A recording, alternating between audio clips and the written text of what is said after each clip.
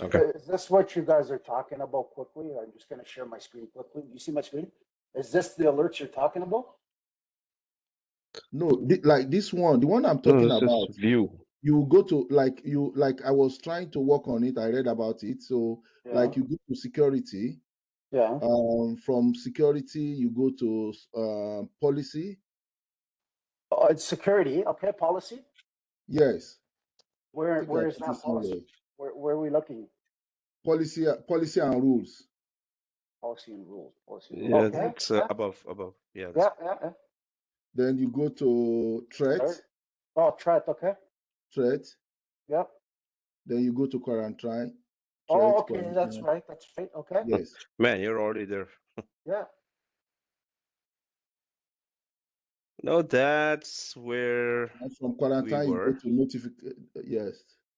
Which one are we looking at? You're talking about the custom one that? No, this is a policy. This is not notification. No, this not. Yeah. It's just for you to get a notification in your box. You get a notification in your box, like a quarantine. Okay. I used to get it in my office.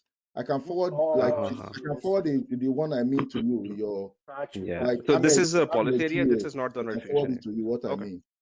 Yeah. Okay. So there's that's one what here. I was saying that. There's one here that's enabled for notification that releases the message from quarantine, blocks the sender, deletes the message, and previews the message. So these are full access. Is that what you're talking about, Rafael, maybe? Exactly. Okay, so then these are enabled, right? But like I said, those alerts that I was talking about, guys, I'm sorry, Amir, for taking up your class, but we will start in a couple minutes. But these were the alerts that I was showing you prior that I'm getting, and sort of what's talked about when with the DLP policies that I was talking about. So each time a DLP policy was sent to a user in Teams, it would alert me it would alert me as a policy, and it would give me the incident and the severity of it and what the credentials were and the users that were impacted by that. Exactly. The time it was defended. Yeah. So that was that policy there. Okay, so that's the alert for that. That's the alert for that, right? So I have multiple alerts that I was able to gather from e-discovery searches, from data loss prevention, the stuff that I was working on prior, talking about prior to our conversation. Amir, these were the sensitive info. So the sensitive info that was found was the credit card information. Let you guys get back to it. But okay, I've resumed the video. Yeah. So here's the if we are like searching and things and no need to record that. Yeah. So if you're showing something important, so when I would send something in the beginning, it wouldn't work, right? You see how back in our lab when we started on the 27th. So every time we would send a message to Miriam, right? You would get a flag. You reported this to your. Sorry, this message was flagged. So by creating those policies tips, I was now able to get this message was blocked, but on Miriam's side, she's not able to see the information of the credit card. She's only seeing the policy tip. So that was DLP. So that was the DLP that I was talking about. And then these are what they were showing as alerts. So we would check those alerts, and then those alerts. No, but how did you flag them? So how did I flag them? Mm-hmm. So basically how we would flag them was we would go into the Exchange server, the Exchange Admin Center, other features. We would go to the DLP policy, which is migrated through the Compliance Center purview. Click on that. Right. These were the policies that I was able to create. And one that we've created together was the Canadian financial data. And within those ones, I was able to now edit this information. This isn't going to really show you, but if you were to kind of edit the policy and rewrite the policy again from scratch, we're just going to go start with editing your policy. Next, you're not going to assign an admin. Next. What I did was I chose the locations to apply the policy. Within those policy, I was able to choose whatever I want. We didn't have to choose OneDrive, SharePoint, or Exchange, but I did in this instance. I've also was able to add in the Defender for Cloud Apps. Once the status was on, the switches were turned on. I clicked next. Now this is where it gets tricky, and these are where the policies are. So when we are creating the rule, we're going based on low and high volume. And Amir, I think this is where you had this is where the mistake was. When we edited the low and high volume, we wanted to make sure that we added those conditions. And those conditions were based on people inside your organization and also outside your organization. And that would be considered as high volume. So any content that was shared from the Microsoft 365 with people outside your organization was considered high volume. And we needed to make sure that that was detected as high and not low. No, but the problem was not this. Problem was that when we put the critical information, it should not show there. Yeah. So how is this related to that? So as we're talking about that, we're editing those specific rules. And within those rules, we wanted to make sure that the instance counts for both high confidence and medium confidence were set from 1 to 100. We also wanted to make sure that we added an AND expression, and that AND expression was adding the shared from Microsoft 365. So when that detects that content is sent from that email message to a Teams chat or a channel message or SharePoint or OneDrive, we would only share that content with inside the organization. That was our first thing. Yeah, that's what we selected. Yeah, and then what we were also trying to select was, instead of selecting the block only people outside your organization, we had to select everyone. Another thing we missed was the customized policy tip. No, it's up to us, right? Yeah. What we want to select. Yeah. So I notified. How is it a mistake? So I know, but it's just basically going through this whole thing. Companies' compliance policies. They want to select this. They don't want to select that. That's right. And then some of these, the only issues that we had were when we were on required to end user, we had to uncheck that and only select required business justification to override, and basically have the customized policy tip. Once those policy tips were created, right, and then nothing else in it. Once that was saved, right, we would click next, and then turn it on right away. That usually takes an hour to take effect. Once I click next, I would submit it, and then that policy would create in an hour. Once that hour was done, we were able to now, again, go into those policies, right? And then basically test it within Teams. So if I'm sending you a message, Amir, external message, or what's your email, Amir? Oh, what's my email? The one that we're using for the class. Yeah, it's oh man, I didn't log in. Oh yeah, I'm logged in now. And I have external identities turned on, so I should be able to send you a message. But you implemented now, so it's gonna take hour, right? So why? No, I know, but I'm saying like in an hour we can test it. Say, Amir, after like during our lunch, I could say, hey, Amir, did you get it? Okay, so that's what Microsoft sent, and they gave the configurations, these types of configurations, and then they did offer me the configurations again, and those configurations were. So it's this combination that, and they took forever for doing that, but at least now we have the solution. Yeah, but again, like that's good. Like these are like sort of some stuff that I kind of this is sort of some some stuff that I kind of worked on myself with them, but they, including my own stuff, but this was sort of our chat. And what I'm supposed to see would be email. See, was this message was blocked to the organization. Okay, it's there in the WebEx chat. Yeah, that's it. Yeah, okay, perfect. So if I okay. Give me a second, guys. So let me grab it from our chat. So if I grab it from our chat,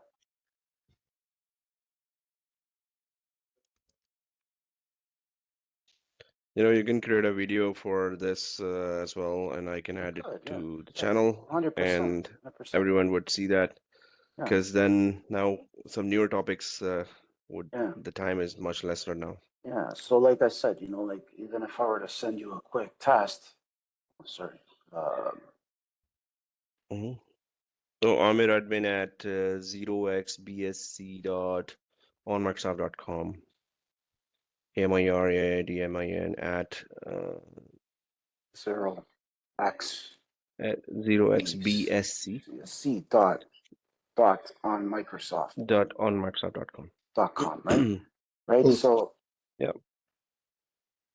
Yeah, I added here as a guest, then it would let you do this. So yeah, it's not because it's not in the list. I'm not a guest. So let me try this cloud. I know what you're saying. But anyways, if I were to send you, no, it should work. It doesn't matter. I'm able to kind of. Well, you can try with someone in your organization. Yeah. Like I said, you selected also that. That's right. So if I select this person here and I send her, let's just test it with this person, right? So if I'm selecting this person right here, right? So yeah, it's going to take 1 hour for that, or the previous policy that is already there. Yeah, the previous one will automatically fix. Yeah, that's it. That's it. It's working, and this is very good. Yeah.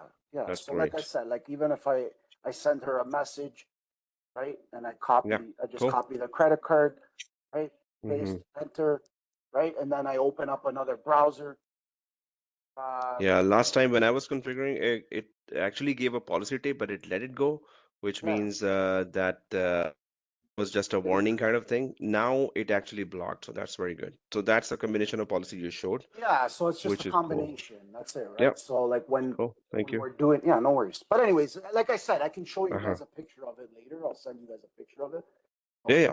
Yeah. Actually, you're already showing this. Yeah. Yes, this is very good. I sent a mail to you now. Did you? You sent me an email? I sent a mail to army@me then I also sent it to army@, cloudengineers.academy. That's the kind of alert I'm talking about. There is an attachment there. I sent it as an attachment. What are we talking about? What is this about? Yeah, that is the kind of alert I.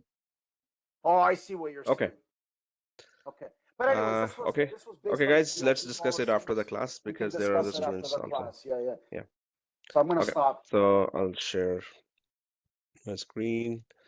And okay, so let's get going with the rest of the topics. And today, yeah, it's recording. So yeah, that combination of policies that Sal showed is excellent and amazing. And that's good that you opened the ticket and took the time to actually follow up with all that. So this is really appreciated, and this is amazing, actually, amazing work. So we have a complete solution now, and thanks to Sal. Yeah. Okay. And that'll be in the video.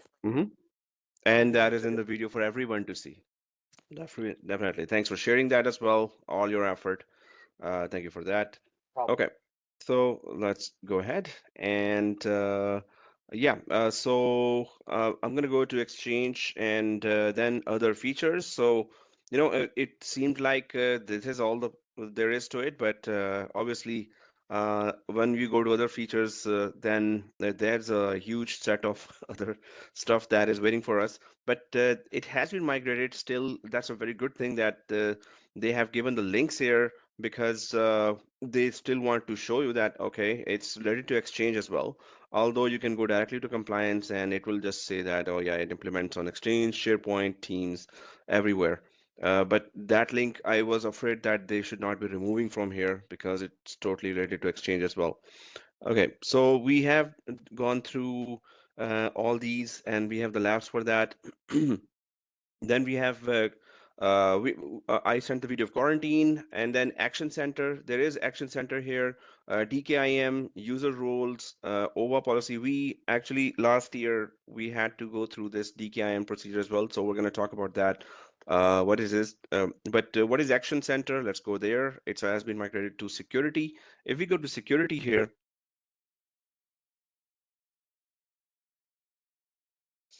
so where it is taking me, security.microsoft.com Action Center. So obviously, as the name says, whatever happens here, whatever kind of alerts are there, whatever types of, if you go to history, there's nothing here because there's nothing going on here. But what it will show is whatever action is going on. What is the action? I mean, related to Exchange. If there are any recommendations, if there are especially any concerns, so if they didn't even put any kind of material to just give a definition of that. So Exchange Online Action Center, it's kind of alert center as well. The Action Center to view and approve your automated provides a single pane of glass experience for incident and alerts. So there you go. Action Center is all about incidents and alerts. We don't have any incident or alert yet, so that's why it's not showing anything here. But otherwise, approving pending remediation actions, viewing an audit log of already approved remediation actions, and reviewing completed remediation actions. So pretty much how it will look like is, well, there will be, some kind of, oh, there's a quarantine file, oh, there's a spam email, there is something related to any other security threat. So that is all about Action Center. No rocket science here, nothing much here. So it's just gonna alert us. I'll just put that link here as Exchange Online Action Center. By the way, I posted it in WhatsApp.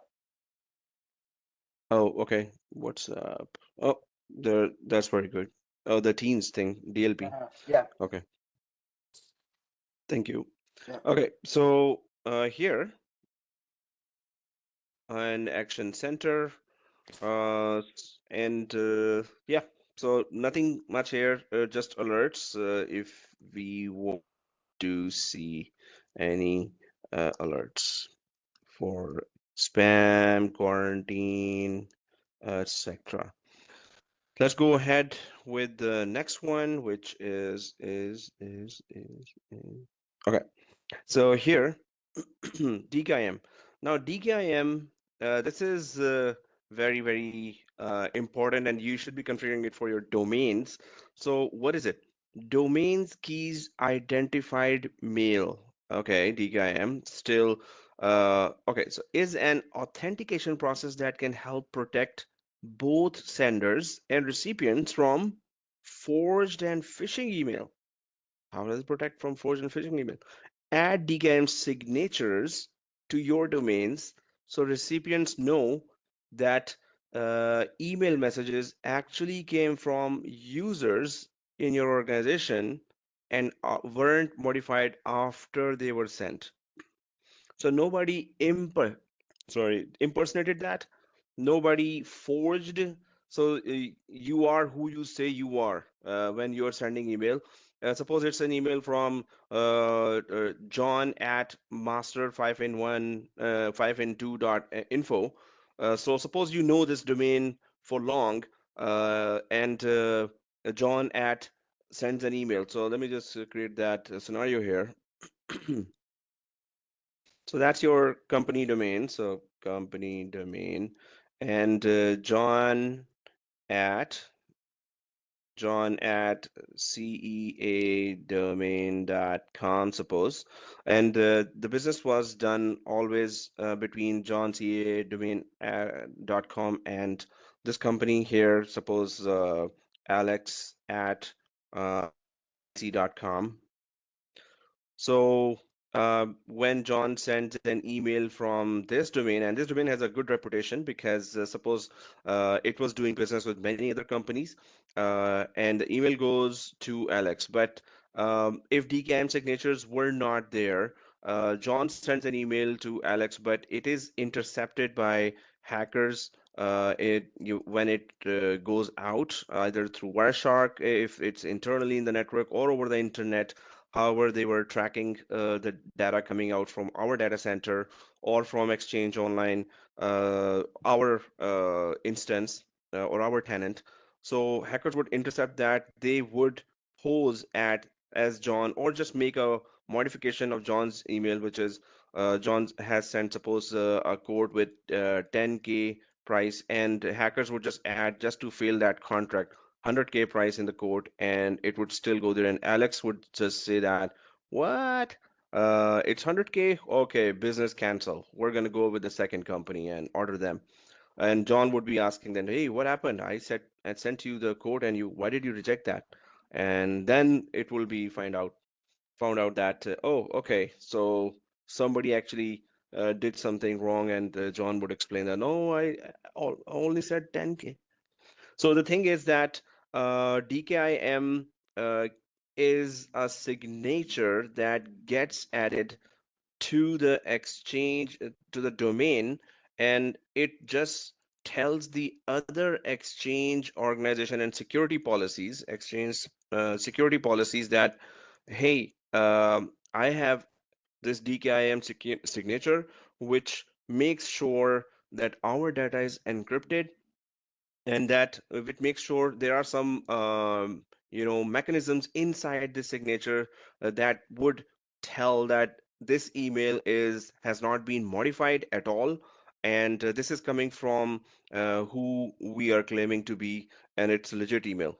So the exchange other security policies there would always then be doing cross check, that is that from has this email been forged, has this domain been in the bad reputation in the databases, in the blacklist databases, has this is this email actually modified in transit? So in transit is also right, transit, when there are certain suppose there's a header that was there's one way also, which is, let me just show you with a simple example here.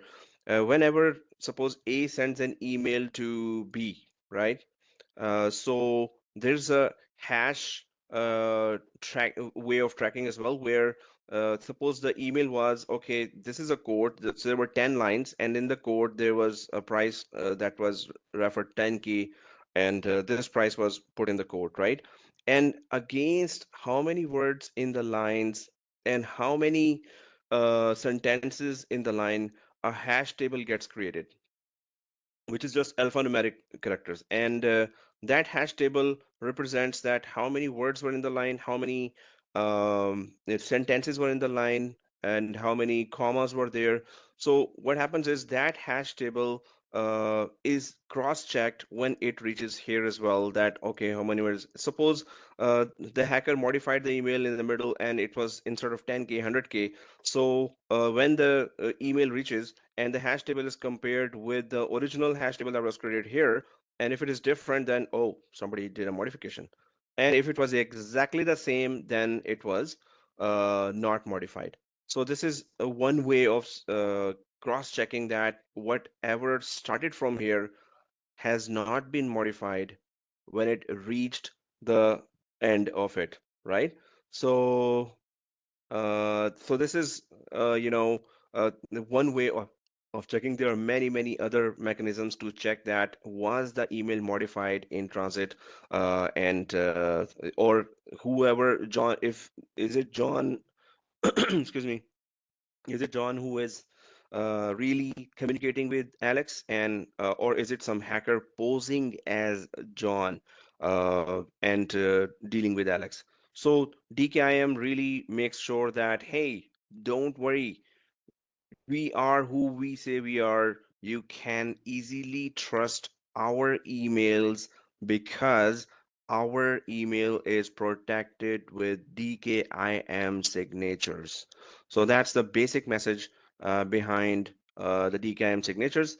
We had to actually, in our company, we had to go through this. There are actually other mechanisms as well to protect your domain. And reputation is the main thing. I mean, once the reputation is breached, it takes time to, really recover it.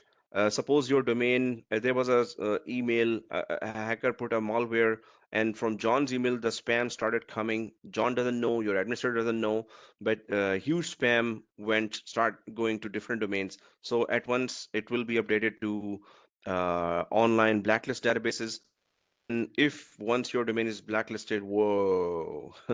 So it takes 3 to 6 months or sometimes even more just to convince them that it was not us, it was a malware attack or some rogue client or employee of us was doing that and we fired them, fired him or her. So you have to then really recover that reputation for that particular domain.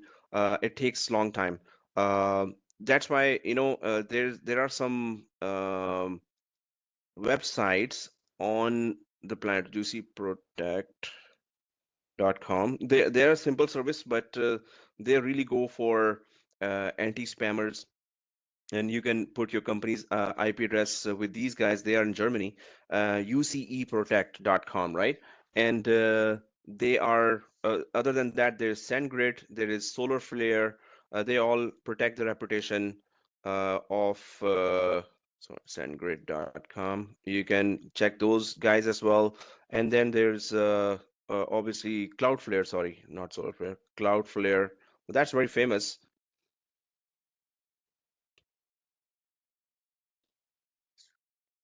Yeah, I mean, I don't see them. Those links don't work. Okay, so Cloudflare.com. So there are such sites here that would also give extra protection to your public IP, would extra protection to your domain and email. And it will tell all the blacklisted databases, hey, these guys are legit. Don't worry about them. They're good, and the emails are coming from them. So blacklist databases just we are telling, SendGrid and Cloudflare are telling, and they have a very good reputation for protecting domains and their reputation, and they have very good security mechanisms to against all kind of spam. So companies do get registered with they pay some yearly fee to the SendGrid or Cloudflare or UCE Protect, right? And that's how there are many other mechanisms. So this is built in that you can implement DKIM, but there are other mechanisms as well. There was a question. Or I was gonna say that UCE protecting link. I tried testing it out. It doesn't excuse me, work.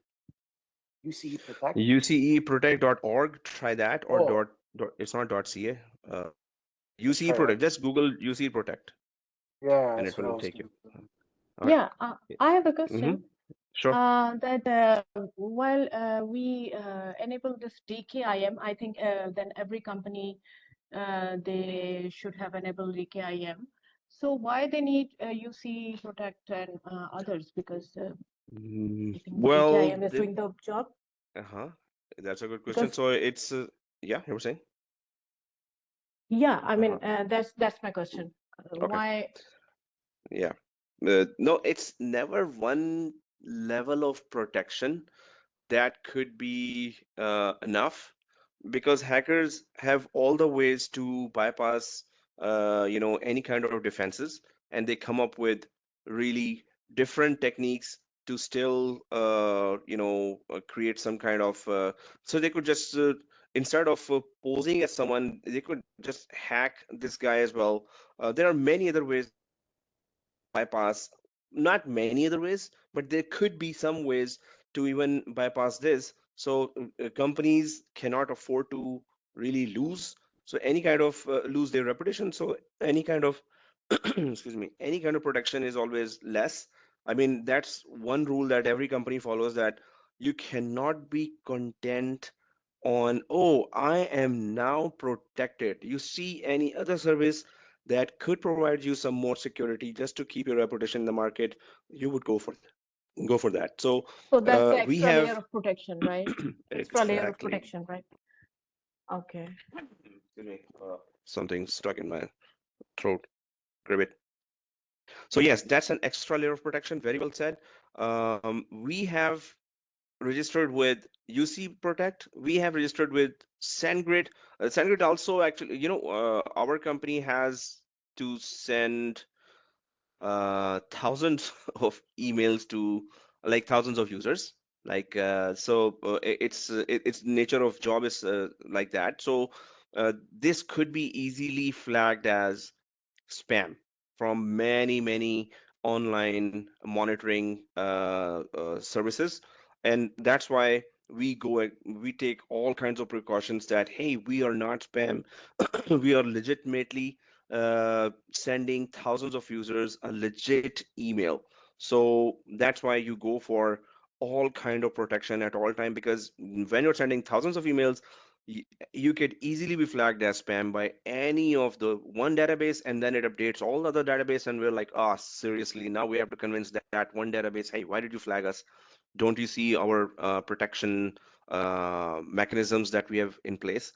So that's why, yes, any layer of security that you could put to globally safeguard your company's reputation would be always good. Yeah. So one type of security would never be enough. That has been proven so many times. Our, so many big networks were hacked, and they had all kind of security there. Still, they got hacked, and thousands of users' information was released. So yeah. Uh, Now this is these are some of the domain or services that you should be having knowledge of, and try to know more about what SendGrid does. Put it in your resume as well, that you have knowledge of SendGrid, Cloudflare, and UC Protect, just for the protection, and DKIM. So these are some of the names, terminologies that would be very impressive when you put it in the resume as well. But obviously, do your homework as well and try to have some kind of summary there. At least if you are asked, then whatever you put in the resume, definitely you will be asked about that. Okay, so if I go back here, that's the purpose we were talking about. And okay, so there are some links that has been put. So UC Protect is also there now. Thanks, Sal. Okay, let's go ahead and try to check it out. What is it? How do we really work on it? So there it is, domain keys, and if we go for, suppose we select this master and we click on it. So no DKIM keys saved for this domain. Create DKIM keys is there, right? And this means that it can be it can be a victim of any kind of hacker forging, and we don't have any kind of protection Mm. against that. So this is something that obviously every company should be, it's a must thing. I mean, you can't have a company not configured DKIM for your domain. I'm going to click that one as well first, and run DKIM. But overall, yeah, that's the meaning of that. How DKIM works, and this article led blah blah blah. How DKIM works better than SPF centered platform. Okay, so Microsoft Web automatically sets up DKIM for its initial on Microsoft Dart. So its own domains, it already sets up DKIM. Obviously, it should do that. That means you don't need to do anything to set up DKIM for any initial domains. I mean, we're not going to stick to on Microsoft if we want to be considered professional. We will be adding our domain to the tenant, but then we have to enable manually the protection of that domain. So DKIM is one of the trio of authentication methods. So DMARC and DKIM, that's what we configured there.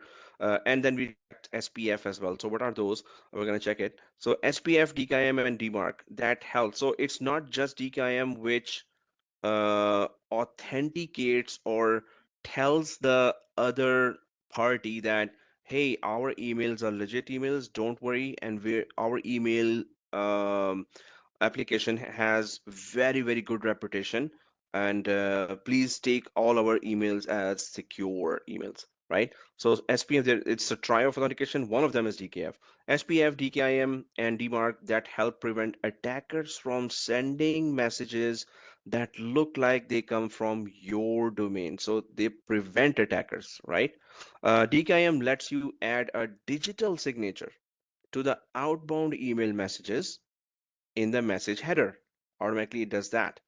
When you configure DKIM, you authorize your domain to associate or sign its name to an email message using cryptographic authentication. So there is some authentication information that is encrypted, and that authentication information is hard to crack by hackers, and that authentication information actually tells the destination security exchange security services that, hey, we have cryptographic authentication configured, which means we have DKIM configured.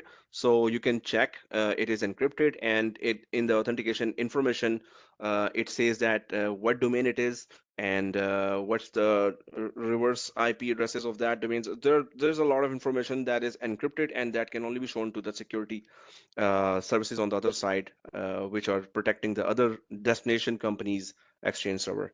So your authentication information is encrypted, and it's hard to crack for the hackers. Hence, the other party can trust you that, okay, we trust you that this email has not been modified, right?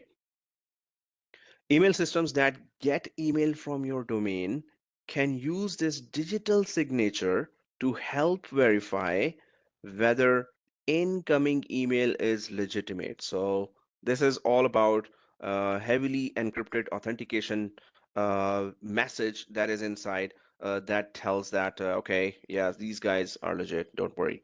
So in basic, a private key encrypts the header in a domain's outgoing email. The public key is published in the domain's DNS records, and receiving servers can use that key to decode the signature. So DKIM verification helps the receiving servers confirm the email is really coming from your domain and not someone spoofing your domain. So if you know the PKI concept, a public key infrastructure, there's a private key and there's a public key. So it says here a private key encrypts the header in a domain's outgoing email. The public key is published in the domain's DNS records, and receiving servers can use that key to decode the signature. So the thing is that if you go ahead with another diagram, so when the email is being sent from the source domain sends an email, encrypts the email header with a private key, and only that particular private key's public key, which is available for anyone. So private key always does what? Encrypts, right? So it locks or encrypts, we can say. And the public key, Where you have a diagram.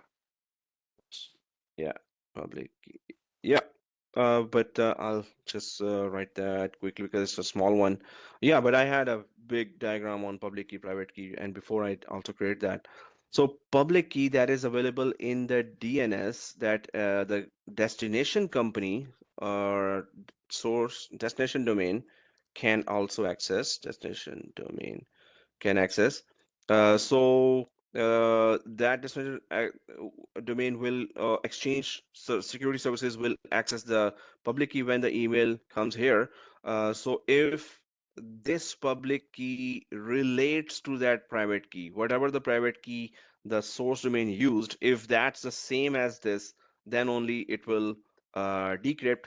Otherwise, suppose a hacker made some kind of changes, and then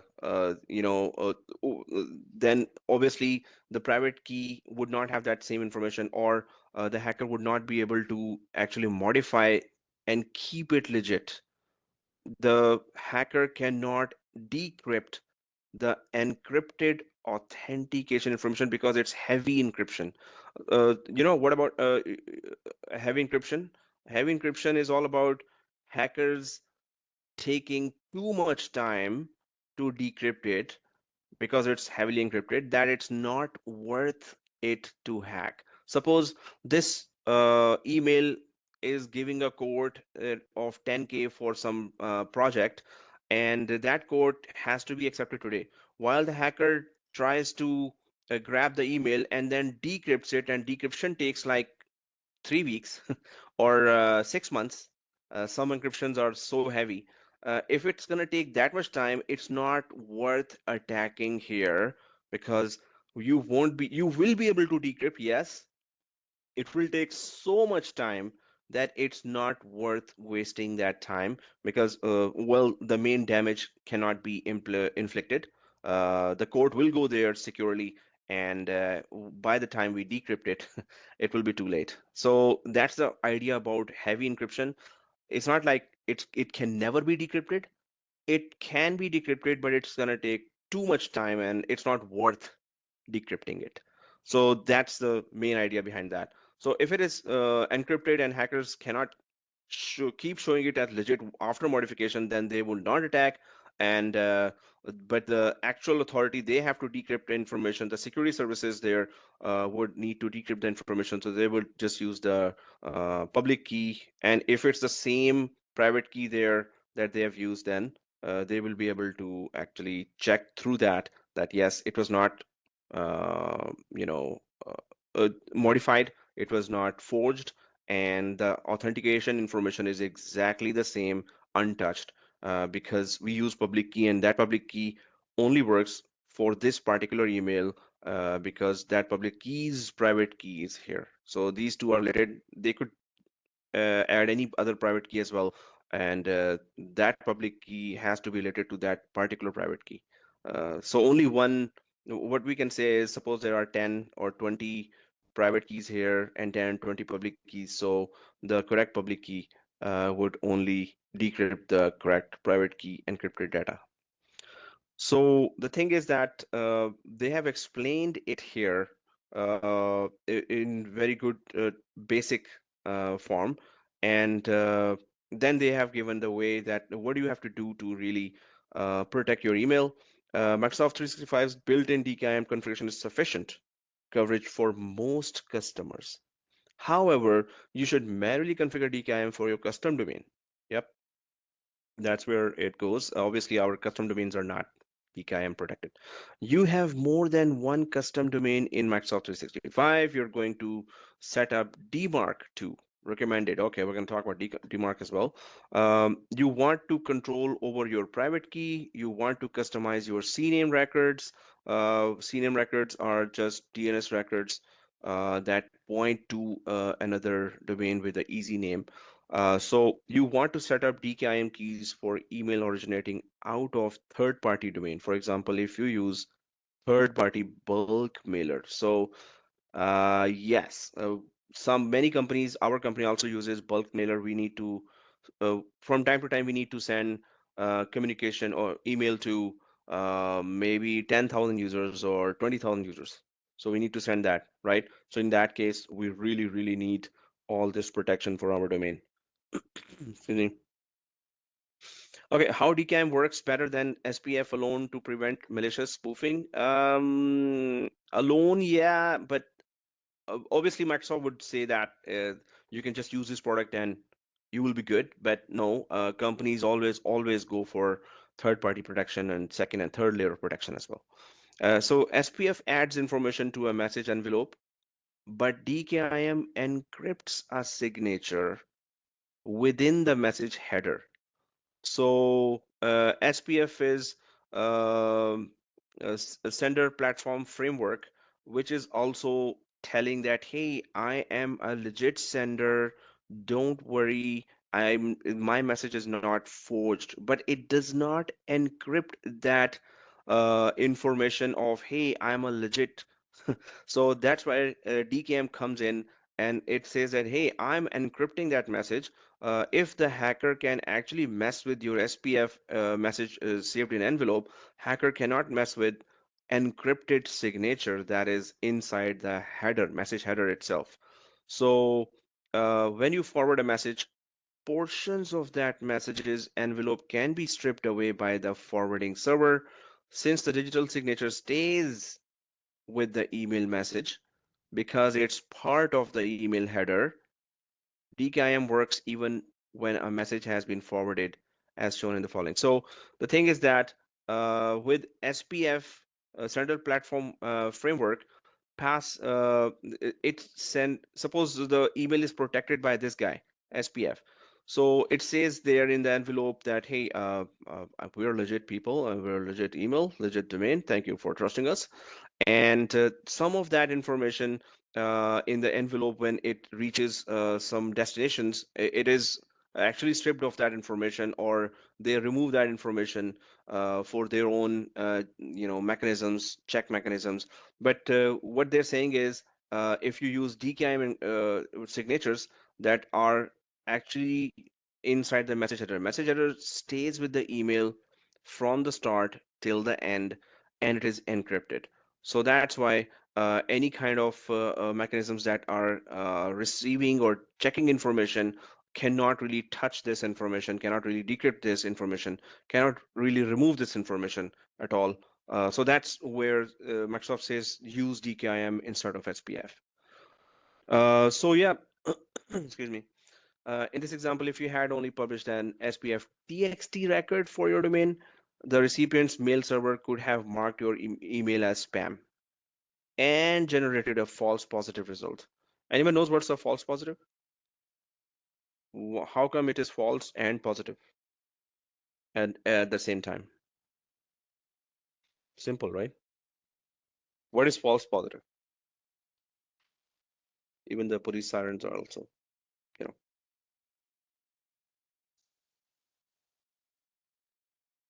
Yeah, you're right. Exactly. False Exactly. positive is, yeah, Exactly. you're saying? Exactly. It's just, Uh, you talking to me? yeah, actually, nobody replied that. What is false positive? Uh, it's just, so basically it's just a result, right? That result Mm-hmm. exists when it doesn't. Mm-hmm. Mm-hmm. That's it. Okay. Kinda. Very simple. No, it's just a result where anything Mm-hmm. is like just say for example like any given condition. That result Mm-hmm. exists when it Mm-hmm. doesn't. And okay, that's one. And anyone else want to try with that too? Anyone agrees or disagrees with that? What is false positive? Guys, don't we use that in the company? False positive? Yeah, Like, oh, this email came and it's a false positive. Okay, let's just leave it and let's go for the next one. So that's what we all always say. So the false positive is that um, the system thought that it is a hacker attempt, while we know that it was a legit email, right? So we call it then false positive. That hey, system would think, oh, this is spam, this is spam, this is spam. Many of our legit emails land in junk folder as well, right? When we check the junk folder, we say, ah, man, this is my manager's email. Oh, it's a false positive. Come on. Our anti-spam system thought it's a spam, while it's a legit email from my manager. So I'm gonna click that, and it's not junk or it's not spam. I'm gonna click that button as well and click that email, and next time it will not think that it is. So that those are false positives, where system thinks it's spam, while we then manually tell the system, no, it's not. It's a legit email, and it's overall, this is called false positive. So uh, because, yeah, there's something called attack simulation training in mm-hmm, our course. They're uh-huh, part of what we were talking about. And those mm-hmm, are false positives. mm-hmm, yeah, exactly. You know So, what I'm talking mhm, about? yeah, attack simulation is in I have it. the compliance and That's right. security center, as well as there are some third party that do Uh-huh. that as well. Infosec That's right. .com also does.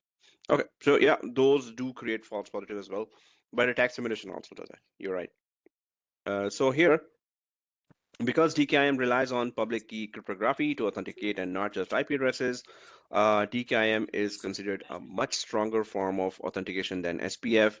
We recommend using both SPF and DKIM as well as DMARC in the deployment. So it just says that, hey, it's encrypted information, authentication information in the header of the email, so it's more secure, but please use all three of the thing. Oh, there's a, okay, please mute, I'm hearing a lot of sounds. Okay, so here, now we have talked about this enough. Steps to create, enable, and disable DKIM from Microsoft 365 Defender portal. So how do we do that? We were there already, Defender portal. This is the Defender portal, and we can click, and it's kind of next, finish, but you have to go through that configuration and enable the DKIM on that. But when you're removing this domain at the end of the course, so you have to disable DKIM and then do that. So, okay, I've selected my custom domain here. Okay, so there's Sal has shared that attack simulation training with Microsoft YouTube. You can also check it out. That's good. Okay, so I'm gonna go for the lab now and create DKIM keys.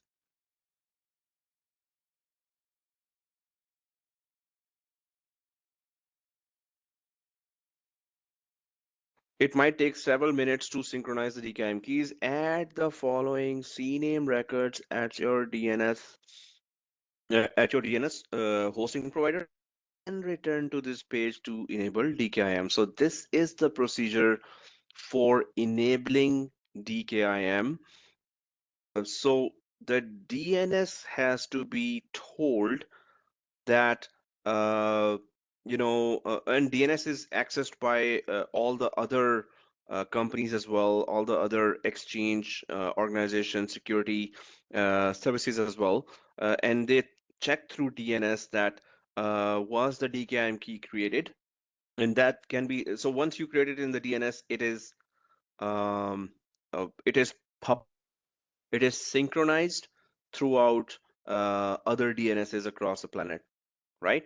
So if you want to create that key, you have to go to the DNS. Suppose you're going for, now we got this domain, I got this domain from GoDaddy.com. So I'm going to go to GoDaddy.com DNS page, the DNS for this website. I'm going to add this value there in a CNAME record, and I'm going to add this value there, and then only the DKIM key will be we will be able to use it.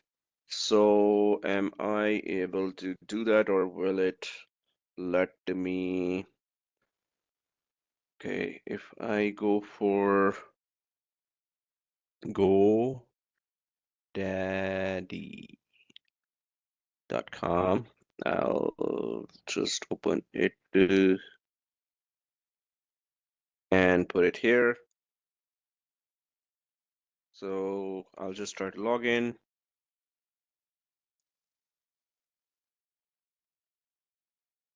And please sign me in. Please don't ask me for a password. I saved it, right? Yeah.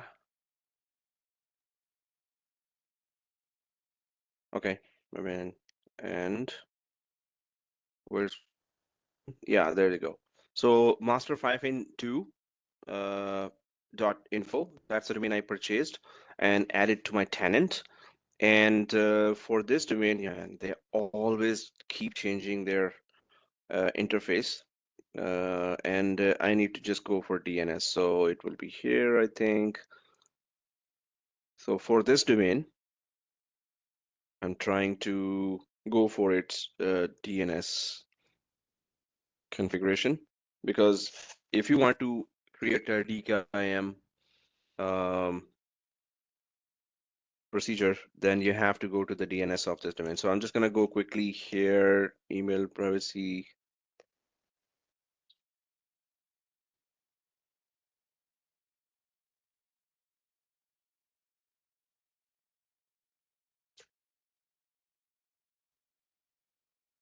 Okay, so here we have, where's the DNS? Seriously. Oh yeah, there it is. Okay, DNS. Now, in order to configure DKIM, you have to actually create CNAME records for that. Now, you remember that Microsoft was saying that for their own, on Microsoft.com domain, they had created some CNAME records here. So, although we also have a CNAME record, but this is not the one for DKIM. DKIM has special instructions. And also, I want to check the second page of DNS. Text record, MX record. No, we don't. This is for Exchange automatically created by uh, the Microsoft 365. But I want to create a for DKIM, right? So I'm going to go for add new record here. I'm in the DNS of my custom domain that is added here in my Microsoft 365 tenant. So it says that if you create these to CNAME records, then the DKIM will be successfully configured for your custom domain.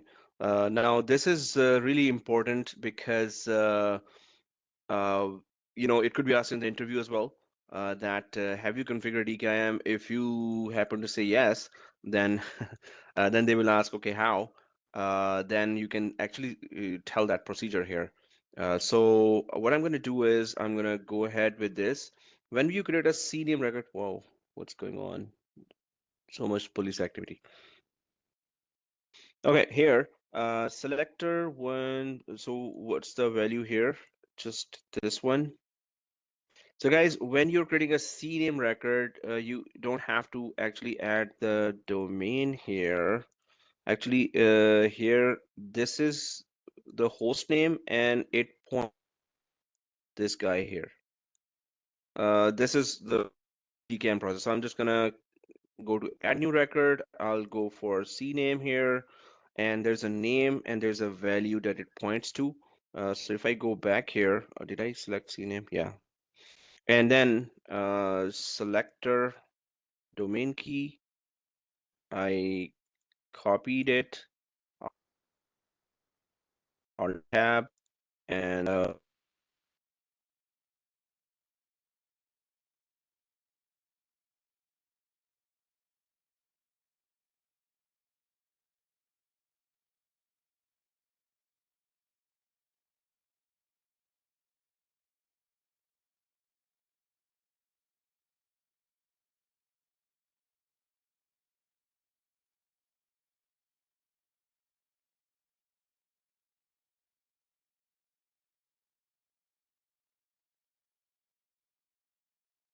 Do we value. have to I put point the so you whole see, value?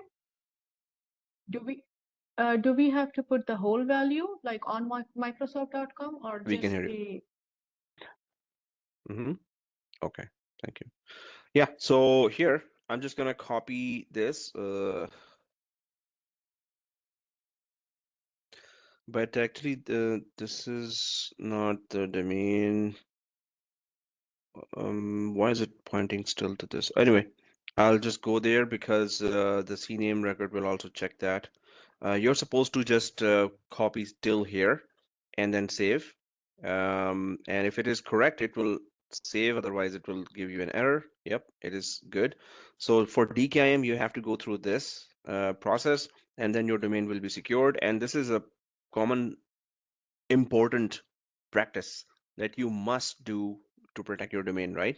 So I'm going to go for the next one here, and that is host name is this, selector 2 domain key, and other companies exchange security services will cross-check all this just to confirm that, oh yeah, he has the DKIM values in the they have DKIM values in their DNS. So yes, we can actually now make sure that the authenticated message is legit. So the email is legit, so the domain is legit. And this is it, save. Now this all has to be confirmed. So yeah, I copied. Okay, I'll copy that because if I don't copy, it will stay there. I need to remove the window. I've copied that and pasted here and Control S. Then I go sign message domain with DKIM signatures. This is not signing DKIM signatures for this domain. So if I enable that, that CNAME record must be there for the whole thing to work. So it says here client error. CNAME records does not exist for this config. Yeah, so it has the CNAME record takes some time to publish, or propagate in the DNS. So we can always try it. Oh, 4 days, few minutes to as many. If you have already published the CNAME records, sync will take a few minutes to as many as 4 days based on your specific DNS. Return and retry this setup. So this is the whole thing. You have to have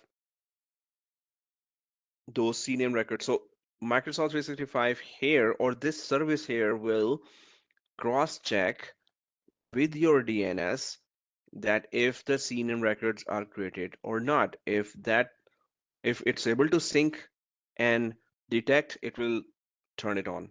Otherwise, it will stay disabled. So yeah, it's we can check after some time as well, and it will keep on giving client errors as well. So I'll just take a picture of that too, and we will be then visiting here again and check it out. But this means also that you should also try to enable the DKIM and see whose DKIM is enabled first. That would be fun. Okay. So please enable DKIM on your side, and let's check who's get uh, enabled first. Depends on the DNS propagation as well. Okay. So I put that message there in WhatsApp. And yeah, I have to go away from the screen because and keep checking it after some time. If the CNAME records are okay, it's gonna work. If the CNAME records are having some issues as well, then it's not gonna work. So what I did for my company was just to add the value till here, but here it's actually the value is still here. When if it doesn't work for some time, then I will actually change the value to .onmicrosoft.com, and we'll test that too because it's supposed to give an error at that. But if they've changed the rules, then yeah, you were saying? We have the default signing domain. Can we not try it with that first? No, that is already configured. Okay. DKIM is for okay. Sorry. custom domains always. Yeah.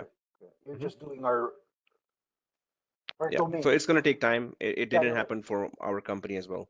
We took like actually 1.5 week. Oh, wow. There were some other things that were happening as well, so it took too much time. But it says maximum 4 days. So I'll check at the end of the class as well, and then see. And yeah, one more thing is our DNS records. And yeah, the domain key till here.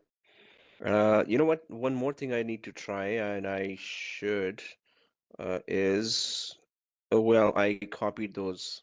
One more thing is, how about I try it with the full value instead of the part of the value?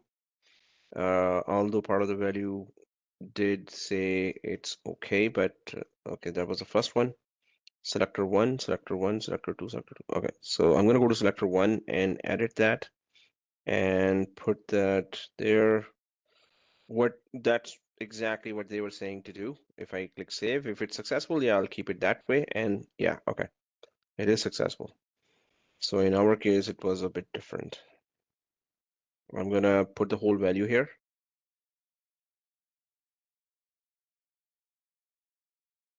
So Sandeep says, is there a way to check the message header for DKIM info? If it is successful, then we can try.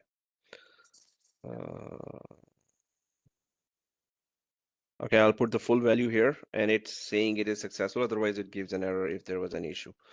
Now it's been what? 2 seconds since I configured it. So I'll just, it says few minutes to few 4 days, so sometimes it's few seconds as well. No.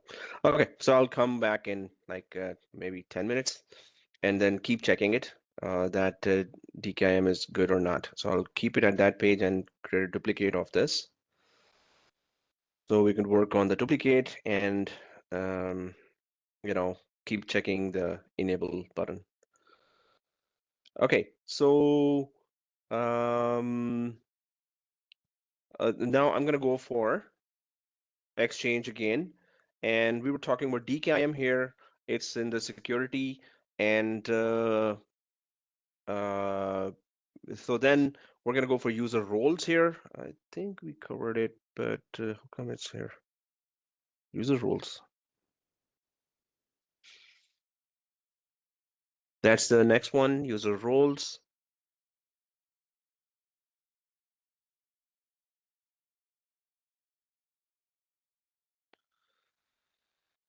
What?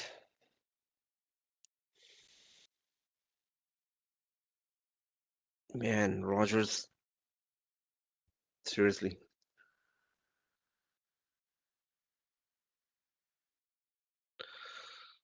Why Miss Bell? Okay. So,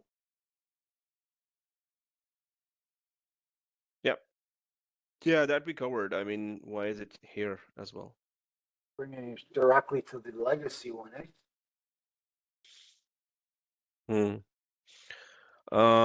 Yeah, so it's we had covered that user roles because admin roles are those which are for administrators, but there were user roles as well that were just giving slightly higher permissions for the users. So they would not be creating tickets on pretty much everything. So yeah, that's user roles. We have covered that, and you can check in the previous videos. I was thinking, what I think they are yet to be migrated. So it's in the list here as well. Otherwise, we have already covered it here. Actually, roles. There you go. See, user roles are here. So whatever is here, we went through pretty much everything. Actually, everything, not pretty much. OVA policy, I think we covered that too. Oh, they are yet to be migrated things, right? Yeah, web app policy is that, I was saying that, hey, suppose we uncheck the calendar feature, and would it be inside the browser-based email client that we open? That is called OVA, right? So policies for that browser-based email client, man, this one. So it's the policies for this Outlook that opens in the browser, right? And oh, now currently messages still keep coming. So anyway, yeah, here we have done that. So I'm gonna go down. Yet to be migrated are those which are obviously yet to be migrated and coming from this list here. Mobile device access, yeah, we talked about that, and I showed you how mobile device actually shows in the users area. Mobile device policies, it's related to mobile device access. So we talked about that both. Um, hybrid setup. So let's talk about that. Um, if it was, oh man, that is also Not in the migrated yet. legacy. Yeah, it's not Yeah, even migrated yet. yeah, legacy exchange. So be more productive with the personalized dashboard, blah, blah, blah. The setup, the Exchange Online PowerShell V1 module is not deprecated. This feature is moved to the new Exchange Admin Center under hybrid page. Okay, we are in the new page here. I don't see any hybrid page here. Okay, they will try it now. I'll just do that.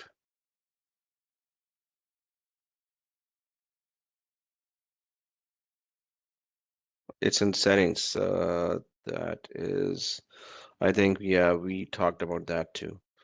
Because if it's in settings, we talked about everything here as well. And that is what it does is that if you have Exchange Server installed in your on premises in your local branch, then it discovers that Exchange Server, and if you are connected, your Exchange Server is connected to internet, it's receiving emails from internet, then it can be connected to the online exchange with the help of this hybrid setup. So you have to have on-premises exchange server, and it should be connected to internet first. Then this tool works and connects the on-premises exchange server with online exchange server. Okay, so we have talked about that too. So yet to be migrated and safe attachments. Uh, yeah, let's check it out. But I guess we may have gone through it as well. But let's check it out. I think it's with anti-spam or no. Built-in protection. I'm sure we talked about it, but let's check inside. What? View preset security policies. Okay, let's create it. And users and domains. Yeah, it's safe attachments to users and domains. So test. Then yeah, which user to protect? Okay, I'm an admin, suppose. It comes up. It's this. Okay, that we may not have talked about. So safe attachments, unknown malware response. Select the action for unknown malware in attachments. Warning, monitor and block actions might cause a significant delay in message delivery. If you select off, monitor, block, dynamic delivery, any one of those are telling you already what to expect. Significant delay in message delivery if you select monitor or block. Dynamic delivery is only available for recipients with hosted mailboxes. For block or dynamic delivery, so hosted mailboxes, suppose you purchase a mailbox from GoDaddy.com, and actually it's Microsoft 365 mailbox, but since you're going for other GoDaddy features, so you purchase the Microsoft mailbox through GoDaddy because you are using everything else of GoDaddy. So you don't have to separately go and contact or go to the website of Microsoft and get registered, although you can do that too. If we go for, yeah, what was that? Yeah. So recipients with hosted mailboxes. Dynamic delivery is only available for recipients with hosted. But what is dynamic delivery? We're going to talk about that. For block or dynamic delivery, messages with detected attachments are quarantined and can be released only by admin. If you do that, then it's admin's job, right? So off is attachments will not be scanned by safe attachments. Really? So if I have never uh, if I never came here, then it's already off. So our attachments are not being scanned. This is bad. So monitor, deliver the message if malware is detected and track scanning results. So it's just monitoring. It says clearly that it's gonna cause significant delay if you enable that. That is pretty scary actually, that we don't want our emails to be delayed. So is there some security mechanism that emails are not delayed and you securely scan it as well? But for now, it says no. Block current and future messages and attachments with detected malware. So if you're sure, the system is sure about, hey, this is a definitely a malware, so I'm gonna block this guy and it's this guy's future messages as well. That so you have to release the username as well because the username also gets quarantined. Not only emails get quarantined, files also gets quarantined, users also get quarantined. User cannot do anything if the user itself is quarantined because from the user's mailbox, uh, the system found a malware. Then dynamic delivery. Immediately deliver the message without attachment. So suppose the attachment has a suspected malware, so attachments will be removed. At least the message will be sent to the user. The user might see, hey, please find attached this code. And okay, where's the code? So it's being scanned and it has been removed from the email. Reattach files after scanning is complete. Good luck with that. I mean, maybe maybe it takes a lot of time, right? So then what do you do? But this is all protection. Suppose you are infected by a malware, then it could be a ransomware as well.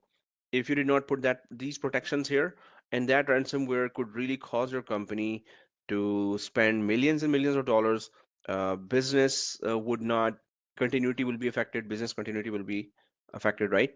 Because your data will be encrypted by hackers, and they will ask for ransom payment, and so that's why having this feature and go through some kind of delays is better than having attackers, encrypted all your critical data, and your business is on standstill now, and you are uh, asked to do the Bitcoin ransomware payment, ransom payment, right?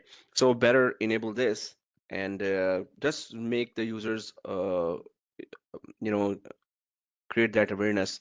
You know what I did? What we recently did here in our company. Uh, okay, it's in security, right? So we enabled phishing, report phishing. Anyone did that? Anyone heard about it? Report phishing? It's not enabled by default. So you have to enable report phishing, and then the users see a phishing. We in our company, just like any other company, we get a lot of phishing emails, and thank God our users are really, um, alert. So if we go for report anti-phishing and some of the default policies of the phishing, you have to turn it on. And so report phishing is a full 3 or 4 areas where you go and configure it, and then the phishing is enabled. The button for the report phishing comes in Outlook, and suppose I go to any email, excuse me. So the report phishing comes here somewhere, yeah, in this area. And then you can, for this particular email, you will just go to 3 buttons, and if it's phishing, you will just report it. But it comes after 3 or 4 areas of configuration, and I had to configure that. And so after that, at least now users are reporting it to Microsoft and me, the administrator. So, but anyway, you have to enable this all configuration. Suppose I go for dynamic delivery here, then yes, I know that attachments will be ripped off of the email, and only the email will reach the client. And whenever the scan is done, the attachment will be reattached to the email, and user will just see the attachment after some time. Okay, so if there is malware detected, obviously, then it will be quarantined, and you go to quarantine and then release that email. Redirect messages with detected attachments. Enable redirect only supports the monitor action.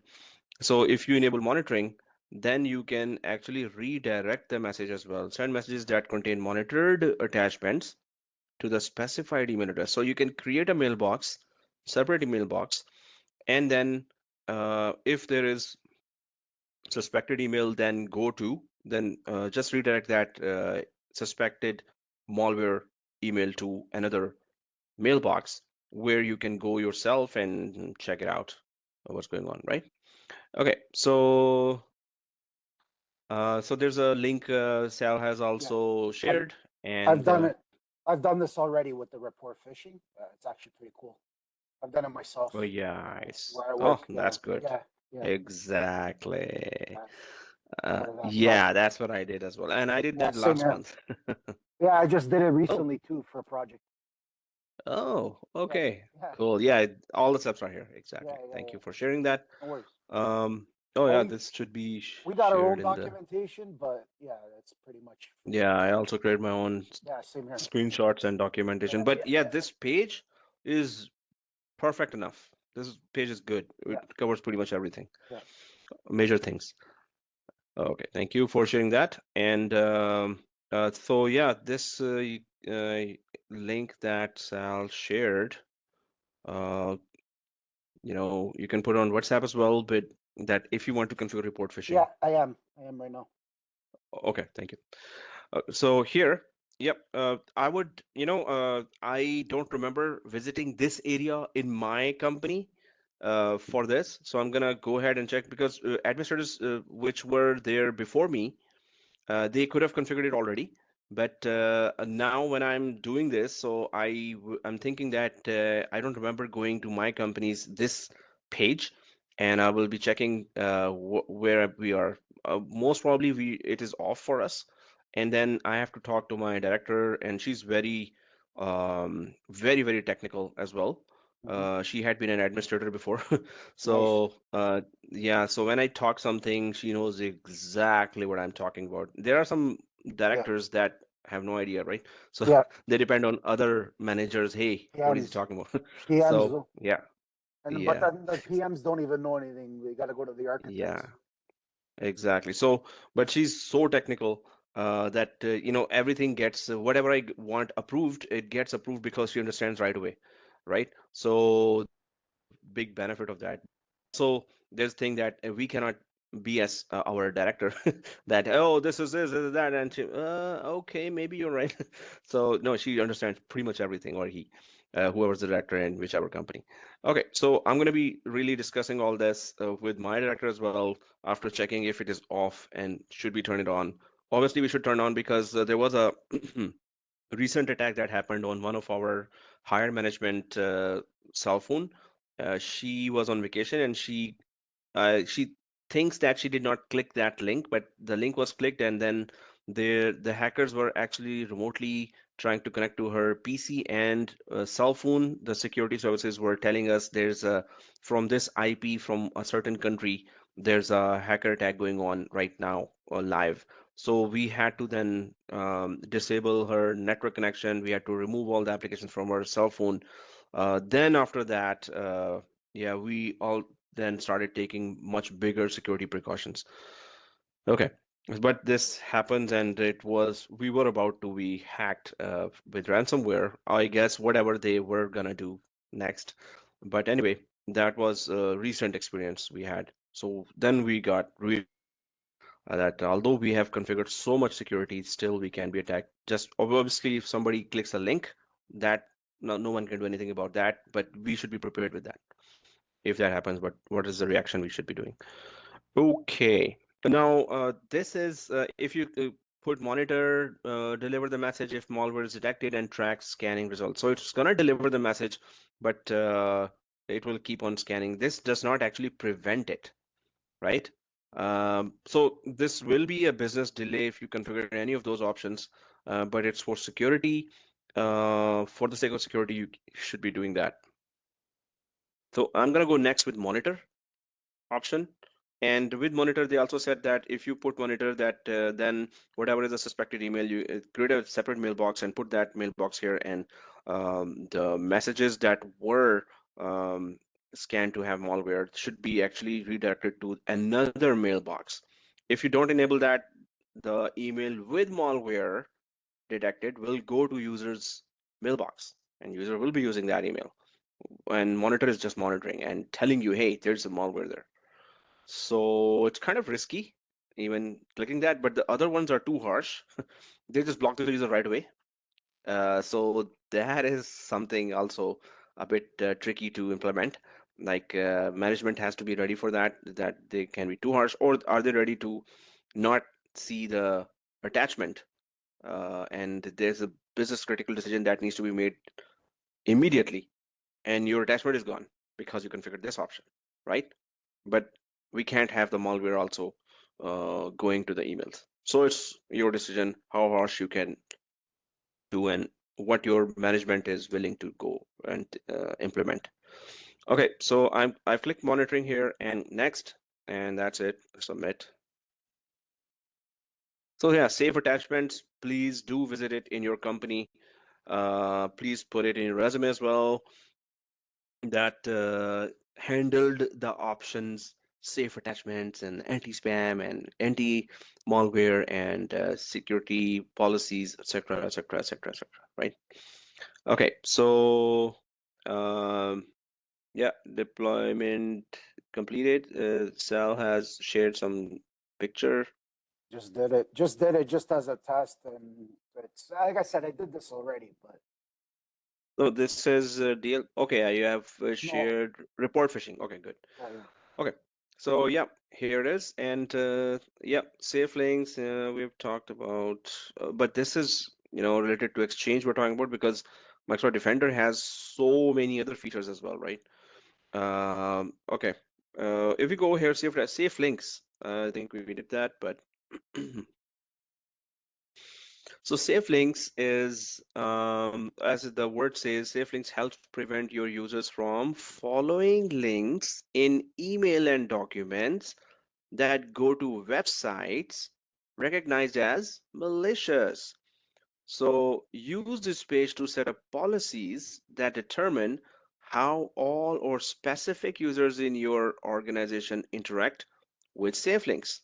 So obviously, if a user is about to click a link that takes that user to a malicious website, what do you want to do with the link if Microsoft detects it earlier than the user? And do you want Microsoft to do anything about it? Obviously, we would want to do that. So if I go to the built-in policies here and view preset security policies, um, not about preset security policies, and okay, so it's taken me somewhere else. Let me just stick to the point here. If I go to this again, I want to directly create one just to go through what it has to offer. And yes, this is something that also our company required. I think there's so much, there's just so many tools and so many features. Okay, it's implementing on some user or group or domain. Next. So it says here, set your safe links URL and click protection settings for this policy. On safe, so first of all, it is on. Safe links checks a list of known malicious links. When users click links in email, URLs are rewritten by default. Wow. So they do know if there's a known malicious link, they will just simply rewrite it to make it disabled or to make it unusable, right? So apply safe links to email messages sent within the organization. Apply safe links to email messages sent within the organization, or well, that's within, and it is enabled. Actually, this is all enabled by default. Apply real-time URL scanning for suspicious links and links that point to files. You know what? When we receive emails, I haven't configured it in my organization, but I already see that it first goes to the safe links. Suppose I click any link here. This is a quarantine page. Actually, it's just inside one. Suppose there's an outside link. Okay, let me just email myself cnn.com. So it's armor admin. Uh, nice site. Somebody suppose sends me a nice site and stuff cnn.com. Now it's a link, and I'm sending it to myself. It's an outside site. And if I go here, yeah, it arrived. Now when I open it, it's gonna open in the next tab here. So let me open it here. In my company, what happens is it uh, first the URL comes as safe links. It checks that link that I clicked, and then it let me open that site. That's what happens there in my organization. No, it just directly went to the CNN website. Um, so this means that safe links is not enabled in my organization. I think previous administrators have already enabled it. So first, I always see that safe link is URL is there for half a second, and then the actual site opens. So this is very crucial that safe links should be enabled. And so wait for URL scanning to complete before delivering. Yes, this happens when I open any link. It just goes to safe link first. So do not rewrite URLs, do checks via safe links API only. So this is also, do not rewrite URLs. Some of the URLs could be changed, spelling changed, and then the user is confused. Suppose it's a legit one. Do not rewrite the following URLs in email. Suppose you want some specific URLs not to be messed up by the security policy and they should remain as is because you know that they are coming from a legit source and they're good safe links. So then you can add those URLs here as well. Teams on save. So this is on in Teams as well. Very, very important because we share a lot of links in Teams, right? So Safe Links checks a list of known malicious links. When users click links in Microsoft Teams, URLs are not rewritten. So if it's a suspicious URL, it's gonna check with safe links, but it's not gonna rewrite them. So if the user did click it and it's too malicious, then it should not work. Rewritten links cannot work, right? The spellings are different, so that's it. But it's not going to be rewritten. It's on for Office 365 apps. Very good. Safe links checks a list of known. Yeah, it's the same thing. Click protection settings. Track user clicks. This is very important. Let users click through to the original URL. If it's original URL, yes, let the user click through it, but track it as well that which users are just clicking whatever the link is there and not showing some kind of precaution. Display the organization branding on notification and warning pages. This is what we can, if we have configured the branding in Azure Active Directory, then branding could be coming here. But I'm going to enable that. Oh, I want to enable it on the whole organization, not just myself.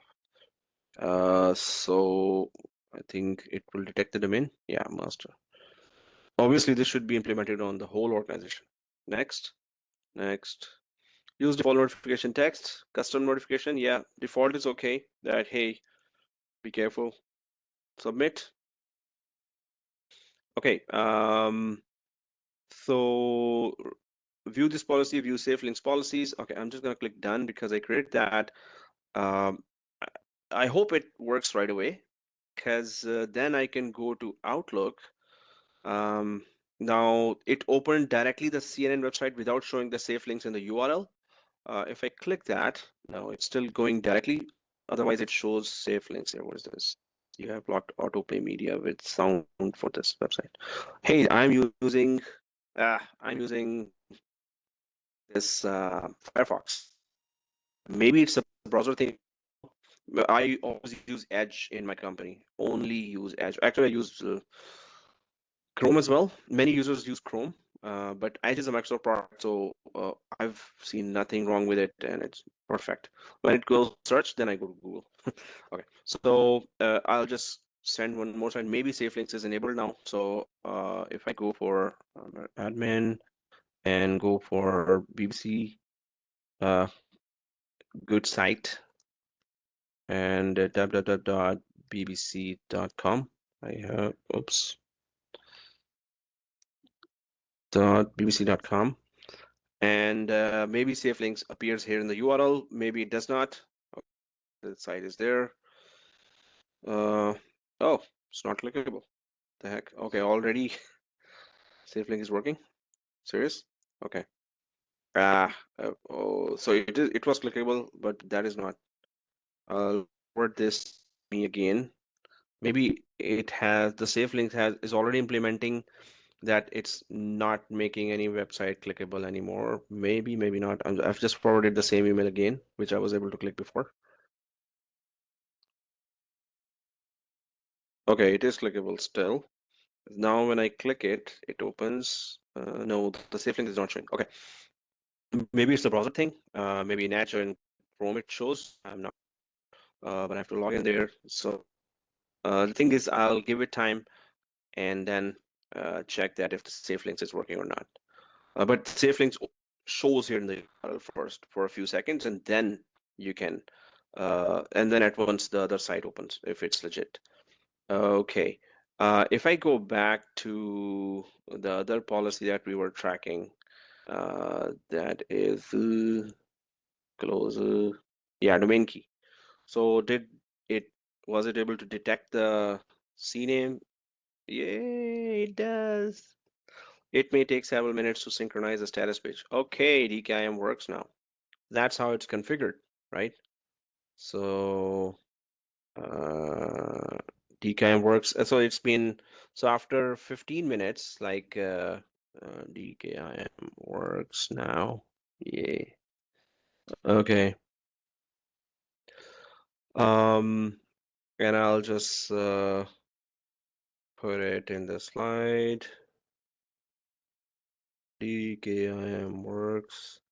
Well, DKIM works is like it configured. It's not like works. I mean, we need to deploy or employ a hacker, and the hacker could try to intercept a message. That would be the actual DKIM works. That, oh, hacker was not able to do that. DKIM works. This is DKIM configuration, um, works configuration uh, implemented, we can say. We haven't proven DKIM works. Rotate. DKIM configuration implemented. Okay. Did we talk Yeah, about? but yeah. Did we talk about rotate DKIM keys? But email messenger. Yeah. So rotate Rotate. DKIM keys if it's the policy is available there. Yeah, there it is there. So DKIM keys could be when once the is sent and received by the destination, so they have the key, the signature, the encryption key there, and they decrypt it and they check the message header and they say that, okay, this is authenticated. So we can always rotate DKIM keys. This means that next time they will see another key, they have to, the security policies or services there on the destination will have to contact the public key, the DNS, and then get the public key from there again, and then decrypt this particular key and rotate this particular key, right? So this or detect this particular key. That's what I'm saying. So yes, if the other side is okay with this, actually, this depends on us. First thing. Second thing, are we in communication with some critical company every time? And it's a lot of communication going on.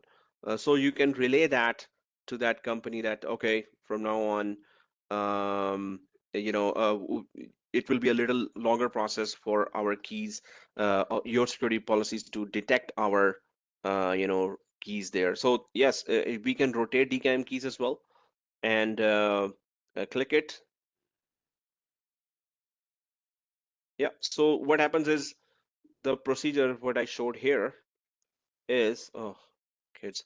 Okay, so they will have to, suppose you did not rotate the key.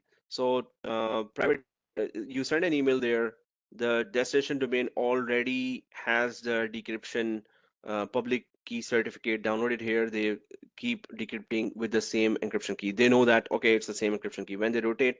When we rotate here, so they just have to contact again the public key, and now this time, oh, okay, so it's a different key. So let me just access again the public key, and now the new emails are coming, and we're going to be decrypting that to check the authentication signature there, and then make sure, yes, it is a legit email from the legit domain and not been forged. So it's just an extra effort that we create for the security services for the destination, which is okay and which is good, that we should be going for rotation maybe once a month, maybe once 15 days. Where would you see a best practice? I would recommend that you should keep an eye on CIS benchmark. CIS benchmark. You Yeah. know, put it in your diary somewhere, or try to. Oh no, not I this. think we talked about this. Yeah, but what about CIS benchmark? What do they say about rotation keys, right? So then you can go there and check that what is the top level security community saying about what they are implementing in their Fortune 500 companies when they, for exactly whichever feature you're talking about. So we're talking about now rotation keys. So when do they rotate keys? And there will be a recommendation here in the CIS benchmark. So keep an eye on the guidance and the security recommendations by the top security experts of the planet. They all put it in CIS benchmarks, right? So for this particular, I would just go and search, and then I would recommend it to my director, and she or he would approve, and then we would rotate keys that many times according to what the top security community is recommending in CIS benchmarks, right? So it's always handy. I keep that site open in my office laptop, and if there's any recommendation I need, then I just refer to the CIS benchmarks. Okay. So, and how we got to know about CIS benchmark? Our external security auditor, they were following everything there. So then we thought, okay, why don't we follow as well? So when they audit next time, they would find nothing wrong. Okay, so migration from Exchange after SafeLink, it's this. I think it's the same one that we just visited. Migration. It takes us to the legacy Exchange server, and yeah, I tried now. I'll just go try it now. It will take me back to the new one, and if admin.exchange, nope, it just takes us to the site. So yeah, migration is here. We talked about that already when we were talking about all features one by one. So this is also covered. You just add migration batches. If you're migrating from one email to another, or one email service to another email service, or from on-premises to cloud. We talked about all the scenarios here. So if we go down, that's it. So that would be the conclusion of our Exchange features. And we're going to be, after the break, let's start with the news. And okay, so decision came a bit too early. I'll change the timing of, I think, Intune for next week morning instead of 3 to 7. So we will all start together that, and if some new students want to join, so we will go for Intune next week in the morning. Now, this original plan was to start after Exchange, SharePoint or Teams, and then Intune. But the criticality of the subject is that we were so we can start any of the critical subjects there. Okay, so there's a message there. I invited the above user as a guest in my test company domain and sent you an external team message. We will use this for other classes courses. Yeah, sure. So you send me a team message. Yeah, want to add you in as a guest. Yeah, sure. Hopefully it came through, and then a Teams message once you accept. Oh, yeah, there we go. See, you have sent me an invitation. Yeah, but then I also sent you a. Where? Sent you an invitation. It should be here. Guest invite. Go to other. Nope. Draft junk. Hasn't reached. Other. Oh no, did you send it to? Yeah, okay. 0xBSC, right? Yeah, that's the one I this sent. one. Yeah. Okay. But you should check your teams. Your teams has not arrived. Oh, if you sent a message, then yeah, there you go. There it is. See. Wants to chat with you. Yeah, accept. Yeah, thank you for the credit card. I'll buy a Lamborghini now. It didn't work, eh? Oh wow. No, maybe in my organization. Yeah, you can set up that information there, and we'll check then if it works. Otherwise, I will have to set that on my side as well. But anyways, this but it should be the sender. Site. Yeah, but I did send it to you, and it works for external. So. Yeah. Yeah, we can keep testing it. Yeah, we'll keep testing.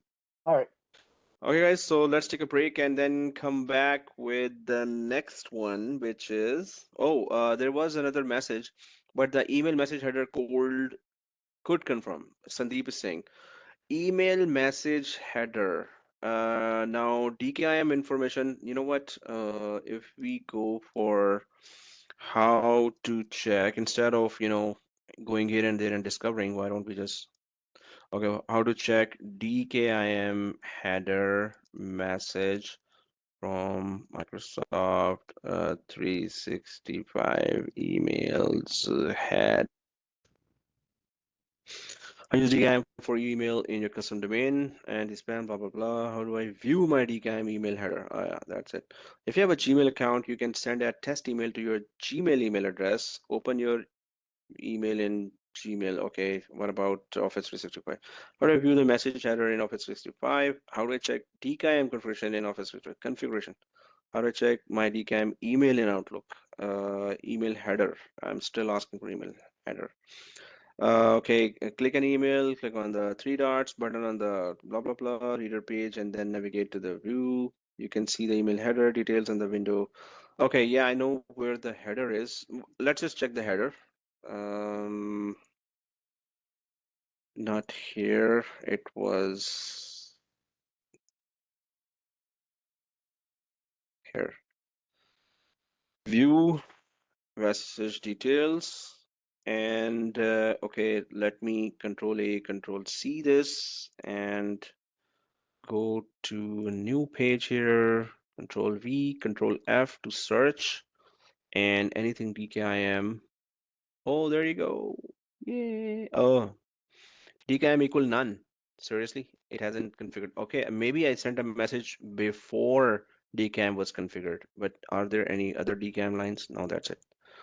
Equal none. Message not signal. So yeah, before. Yeah, Sandeep saying it may be before. So I'm going to send another email and send it to, yeah, so I'm going to send it to my Gmail and then I'll reply from that Gmail and it will come from outside. And let's see. Well, even the sent messages, test DKIM message and email header one. Take one. Okay, like test one. Okay. So it has been sent, and this is the email. DKIM view. No, it's not gonna show in the sent. But so I'm gonna go to my email in Gmail. I'm gonna reply from there, and it could be come on, which one is that? That is okay. Huh. Oh yeah, there it is. So on the other screen, I'm in my Gmail now, and box. So I'm just gonna reply to this. Yeah, I received that test DKIM message. So I'll just reply. Um, Testing back. Okay, now it's gonna come back here. Then we're gonna check the header. So I've replied back.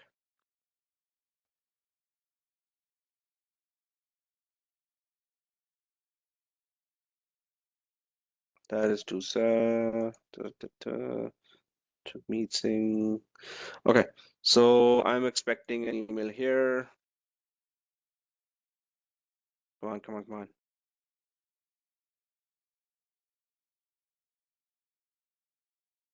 So, okay, refresh.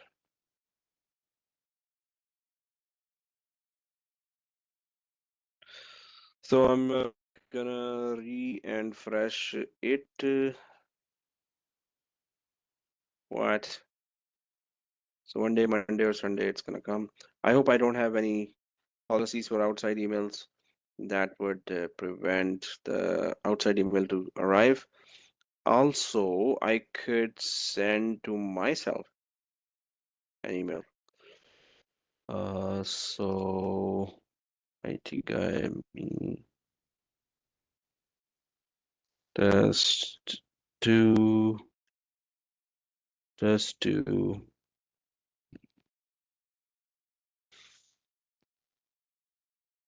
so outside email didn't arrive, but oh, I think there's some policy that test policy I may have implemented.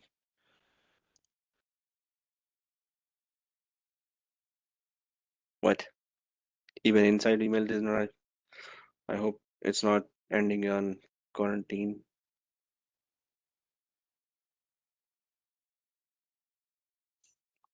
Really? Just Oh, check come the on. just Yeah, check the sorry. spam or just check the spam might be. Yeah. I enabled monitoring for the whole organization as well. That would also cause delays, as it was saying that. I don't need that. Okay, I'll go back to this. And just simply, was it safe links? No, it was other. Okay. It was save attachment, save links. Yeah, save link. It was save links. So Spam filter. Edit protection settings.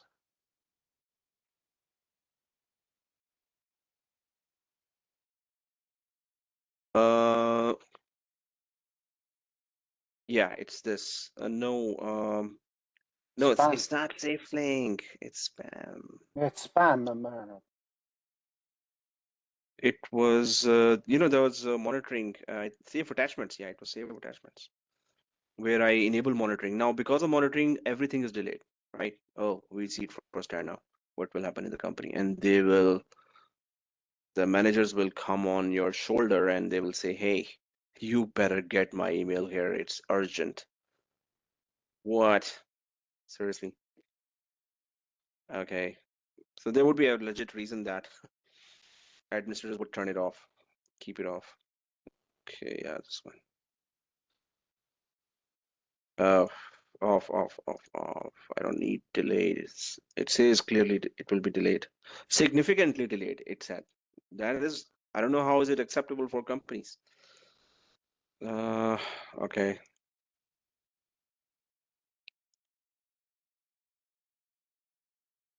Really?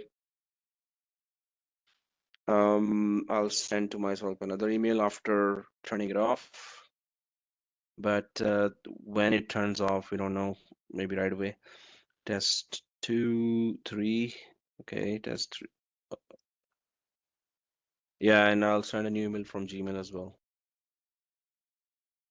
I'm going to the other side and oh, now I'm starting getting emails. So it was that monitoring policy. What was it? Huh? Monitoring Yeah, policy? now, yeah, the monitoring policy had the message from Microsoft that it will significantly delay your emails. So I turned it off and the emails started coming again. Where is I'm sorry, I may have missed that because I was trying to fix our problem here. Go ahead. Where was it? So you have to send samosas now first, and then I'm here, see fixing our this? problem. Yeah, I'm fixing that problem in Teams. I just fixed it. I gotta wait an hour now. Oh, okay. Yeah. See this? So save attachments. Yeah. And okay. All right. I'll take you it got from it? here. Yeah, I'll take it from here. But let it load. No, let me show you. So one name, it was already open. So okay, this one. That's fine. And then we created a test That's one. right. That's right. I Then created we that added. too. So this one, if you do, okay. emails will be delayed. So I put it to this one again. So I'm gonna take a picture and put now, that in Teams. okay, cool. Oh, so let me just go back. Yeah. Yeah. Yeah. It That took way it? that way we know exactly where it went wrong. Yeah. So you took it? Yeah. Yeah. Yeah. Okay. Thanks. Yeah. I'll go away from you're welcome. Okay, guys. So here, and now I'm gonna go to. I think I just took the picture.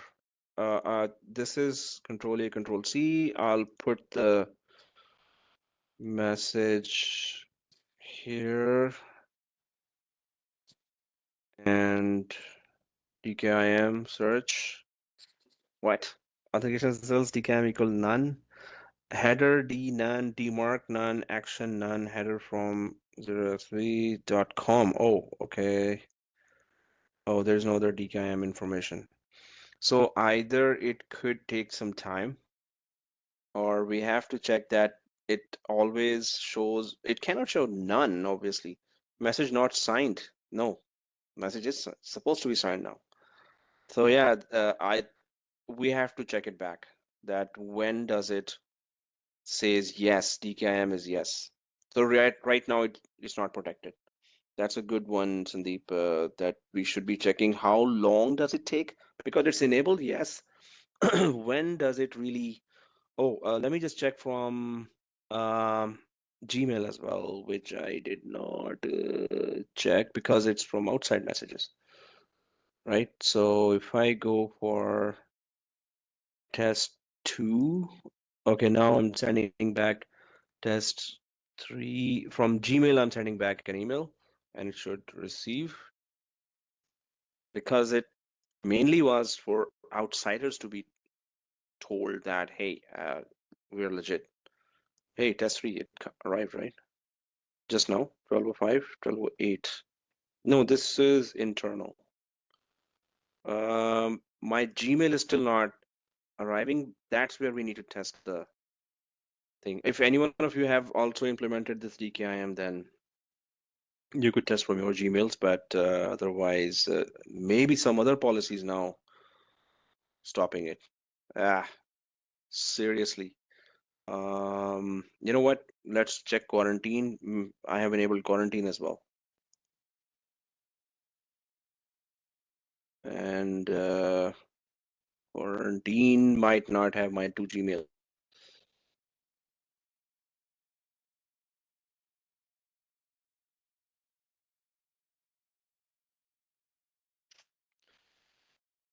Okay, what happened here? Oh, so Sal, your email ended up in my quarantine. Oh, that's why And we weren't able to. Okay, that was my invitation. yeah, Yahoo, Microsoft. Yeah, that was the invitation. Can So you unclick? Yeah, preview, release. I'll just release that. that's right. Okay, release to all recipients, release. Okay. Come on, done. Yeah. And what else? Did my Gmail ended up here? No, not yet. Oh, oh, 11, September 11, 16. I was testing. You quarantine. I hate you. Yeah. No, no, I Thank God don't you hate you. set I up like you. quarantine, eh? Yeah, that's good actually. And this is a very good test of Yes, it is. that. What is it quarantining and why is it quarantining? And Right. oh, Pradeep messages were also coming here. Okay, yeah, that Pradeep user was in my, that was a default user in the developer. That's right. Okay, anyway, so it hasn't reached quarantine yet, but it may. So I'll be important, will enable security Those improvements. emails Oh, are we going have, to be quarantined because it takes time for the emails to be quarantined. So I think they will hmm. also It land into the takes quarantine folder. For what? me, it appeared after 2 hours. Yeah. Yeah, you're right, actually. You're right. Oh, there you go. There's my Gmail. Thank God it appeared not right away. I'm gonna release that. Okay, this is what I sent 5-10 minutes ago. Or when I was talking about sending Gmail the first time. So it was like That's right. maybe more than 12, 12:08, 12:10. That's right. Hey, it just arrived now. Okay, so now we got it. Yay. Okay, so DKIM, please work. When you released the message, did you get it? Yeah, right away. That's the message I just opened now. No, the one that I sent you, that you Oh, released. That one. yeah, yeah. That too. I got it. Sorry, just checking this. DKIM. Now the message looks, yes, There. yay. Its signature was DKIM verified. pass. Beautiful. DKIM signature. Woohoo. Beautiful. Okay, that's beautiful, man. That's beautiful. Definitely.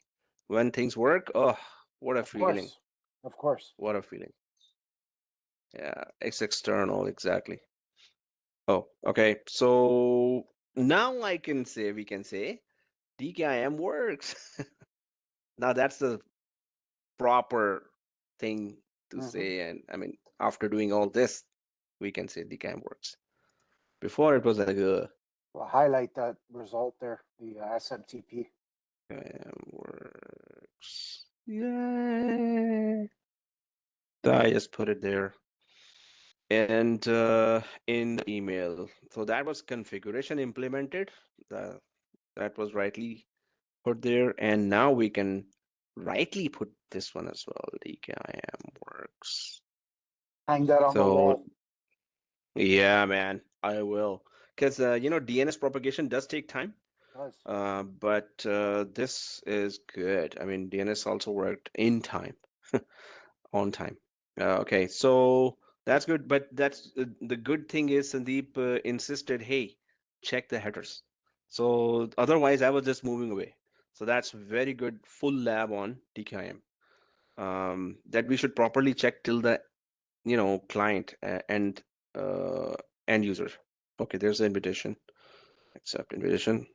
Okay, We're gonna use that for other courses, okay? sure. Yeah. And Just accept basic. for No 13S4 roles, TJ.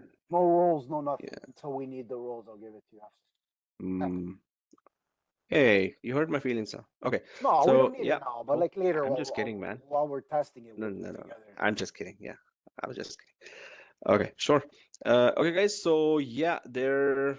And thank you for giving me a credit card information. I'll buy two Again? Lamborghinis. Okay, so this No, hasn't it's not been 1 hour, no, right? I'll tell you right now because you weren't added as a user yet, so I had to add you into the policy. I had to edit the whole policy, so it should take Uh-huh. about an hour for it to come back. Yeah, yeah, it's not hour yet. Yeah, exactly. So Okay, we'll guys. test it in an hour. Yeah, you ready?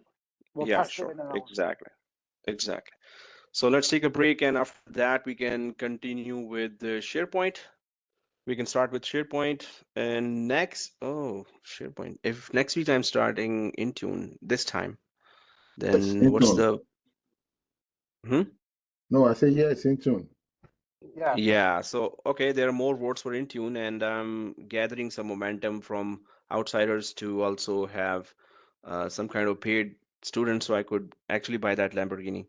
No, I can't even buy the Lamborghini sticker with that. Okay, so so the thing is, next week if it's Intune, then after half an hour, we can have introduction to Intune, but let's maybe properly start Intune next week. If I have some now and some later, then new students might, if there are new students, then they might have issue. So thinking, okay, or how about we call it a day and finished exchange, and now we're gonna start into next week. What's the vote? That's fine. Doesn't matter, but I would start showing them how to get the Azure free subscription, right? Azure free subscription? I'm Yeah. fine. The majority are fine with that. So Azure free subscription Yeah. for For creating the for what? VMs. Are we gonna create the VMs with Oh, VMware we're gonna do or that with Azure? no for Intune. Oh, Yeah. we're gonna do Those on machines. premises. We're gonna Yeah. create Intune. Yeah. Yeah, so we're not gonna use Azure. We're We'll gonna use be VM. doing because today's market, it's all on-premises devices that are getting handled by Intune. So we're gonna be installing VMware a virtual machine in our laptops. Right about it. That's the way to go. Yeah, so and yeah, the devices, and I'm looking for, I think last time also you Sal and I were looking for License. some iOS on iOS and Android simulators, not Oh, you got simulators, it. We found one. emulators. We found it. We Remember? we found one for I think iOS, but not or either for Android we found it or Yeah. for iOS, but we need Not for for both maybe a iOS. tablet. Yeah. Yeah, So not emulators. for iOS, but we did find one for Android. I still have it, Android, believe yeah, it's we Android. were. Yeah, we did it. Yeah, And I'll be taking out all the tools Android for Intune.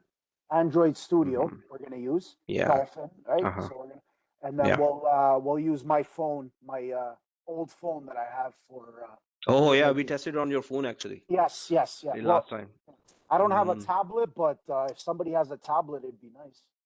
But we need to have a full video of that because end users need to see that. Although I also have one older Android, and it's not that old as well.